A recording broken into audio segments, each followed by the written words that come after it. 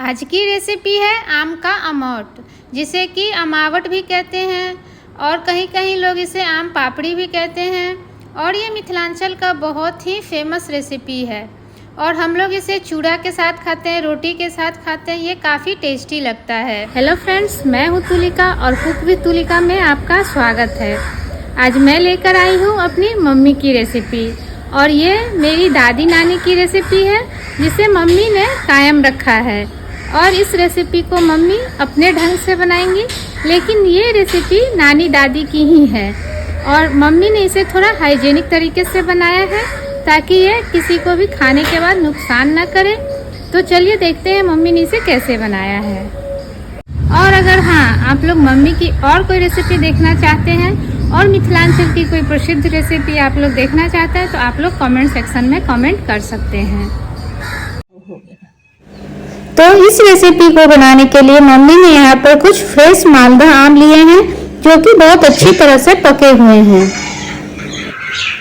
आज मैं अपने बच्चों के लिए जो यहाँ आम के समय में नहीं आ पाते हैं लेकिन इस आम का स्वाद लेना चाहते हैं, तो उन बच्चों के लिए मैं आम का अमौट बना रही हूँ। इसके लिए मैं भली भांति परिपक्व पका हुआ आम लेती हूँ और इस आम को छील करके मैं रख लेती हूँ पहले, और फिर मैं मिक्सी जार में इसे महीन कर लिया है। फिर मैं इसे ट्रांसफर करूंगी एक छोटी कढ़ाई में। मैं थोड़ा थोड़ा करके ही कढ़ाई में डाल करके इसको सुखाती हूँ, पानी जलाती हूँ, सॉल्यूशन को गाढ़ा करती हूँ, इसलिए कि सूखने में सूरज का प्रकाश, बरसात का दिन है तो सूरज के प्रकाश की भी कमी हो जाती है अक्सर, इसलिए जल्दी से 1-2 घंटा धूप लग जाए तो ये कंट्रोल में आ जाता है, सेफ हो जाता है। इसलिए मैं इसे अच्छी तरह से सुखाती हूँ, लेकिन बहुत थोड़ा थोड़ा करके ही सुखाती हूँ, इसलिए कि चारों तरफ चूल्हा भी गंदा होता है और हाथ भी जलने लगता है, इसलिए मैं अब इसे मम्मी तब तक चलाएंगी जब तक कि ये गाढ़ा ना हो जाए। अगर इसे नहीं चलाएंगी तो ये पेंदी में सटने लगेगा और फिर जो हमारा अमावट बनेगा उसका टेस्ट अच्छा नहीं बन पाएगा। हमारे यहाँ इसे अमौट कहते हैं, कहीं कहीं इसे आम पापड़ी भी कहते हैं। अब मेरा सॉल्यूशन पूरी तरह से गाढ़ा हो चुका है, ये कढ़ाई अब होने लगा है। इस स्थिति में आकर के मैं अपने चूल्हे गैस को बंद कर दूंगी और फिर ठंडा होने दूंगी। ठंडा होने के बाद मैं फिर इसे सूरज के प्रकाश में इसको अपना लेयर बनाऊंगी कपड़े के ऊपर और तब सुखा करके तैयार करेंगे। आप देख रहे हैं किस तरह से ये सूख करके कितना गाढ़ा हो चुका है। के लिए भी मैं व्यवस्था करती हूँ, जिसे मैं फिर दिखला रही हूँ कि कैसे मैं उसके लिए व्यवस्था करती हूँ और इस तरह से हेल्दी अमौट अपने बच्चों के लिए मैं तैयार करती हूँ। इसे देख करके आप लोग को पसंद अगर आए तो मेरे इस तौर तरीके को आप लोग भी अपना सकते हैं।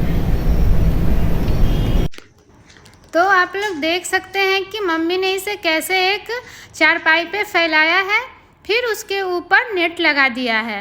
नेट लगाने से क्या होगा कि इस पर कोई भी मक्खी, धूल, डस्ट या फिर आम पर बहुत सारी बिड़नियाँ आ जाती हैं तो वो सब इस पर नहीं लगेंगे। इस अमावट को बनने में लगभग 10 दिन लग जाते हैं क्योंकि इसके ऊपर 4-5 लेयर लगते हैं, फिर जाकर ये अमावट तैयार होती। अब इसे पूरे साल सेफ कैसे रखना है उस प्रोसेस को अब मम्मी आप लोगों के साथ शेयर करेंगी। मिथिला का प्रसिद्ध अमौट बन के तैयार हो गया है। आज मैं इसे सुरक्षित करके रखने का प्रोसेस आप लोगों को बताऊंगी और इस कदर रखिएगा सुरक्षित तो पूरे साल आप इसकी मिठास को, इसके स्वाद को एंजॉय कीजिएगा पूरे परिवार के साथ, अपने बच्चों के साथ।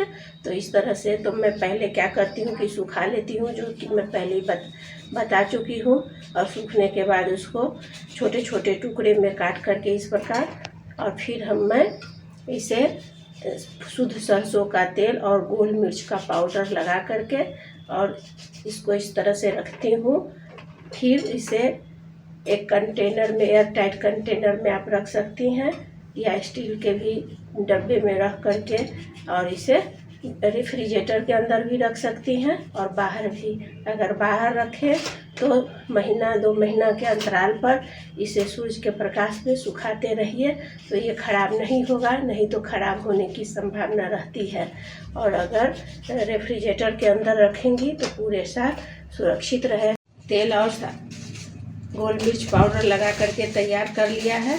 फिर इसको मैं टिश्यू पेपर में लपेट करके और किसी भी स्टील के डब्बे में, कटोरे में या एयर टाइट प्लास्टिक के कंटेनर में भी आप रख सकते हैं सुरक्षित पूरे साल के लिए। और इस तरह से आप देख रही हैं कि कैसे इस तरह से मैं बहुत ज़्यादा अधिक मात्रा में तैयार करती हूँ। वैसे मेरी दादी नानी के ज़माने से मैं इसको बनते हुए देखते आ रही हूँ। और मेरी दादी नानी लोग जो बनाती थी तो उस ज़माने में ये टिश्यू पेपर वगैरह नहीं होते थे, न कंटेनर इस तरह का एयर टाइट होता था, तो मिट्टी के बर्तन में वो लोग इसको रखती थी इसी तरह से। और सफ़ेद धोती के कपड़े या किसी भी मार्किन कपड़े, सफ़ेद कपड़े में, मलमल के कपड़े में लपेट करके और उसे मिट्टी के ढक्कन से ही ढक करके और पूरे साल के लिए रखती थी। लेकिन इसमें खासियत ये था उस टाइम में कि महीने 2 महीने के अंतराल पर वो लोग धूप में सुखाती थी। और पूरे साल हम लोगों के यहाँ मिथिला में चूड़ा अमौट खाने का सुबह के नाश्ता में बहुत परंपरा है। आम अधिक मात्रा में होता था, तो लोग आम के महीने के बाद यही नाश्ता करते थे अधिकतर, तो उसका स्वाद भरपूर लेते थे। और मैं उसी परंपरा को, उसी संस्कृति को कायम रखते हुए मैं भी आज इस चीज़ का प्रयोग करती हूँ, अपने हिसाब से थोड़ा संशोधन करके, अपना थोड़ा हाइजीनिक व्यवस्था रख करके, और जो कि मेरे बच्चे के लिए, मेरे परिवार के लिए हेल्दी भी हो और टेस्टी भी हो। धन्यवाद। आई होप मम्मी की ये रेसिपी आप लोगों को पसंद आई होगी। रेसिपी पसंद आए तो लाइक, शेयर और कमेंट ज़रूर करें। और मेरे चैनल पर नए हैं तो इसे सब्सक्राइब भी कर लें।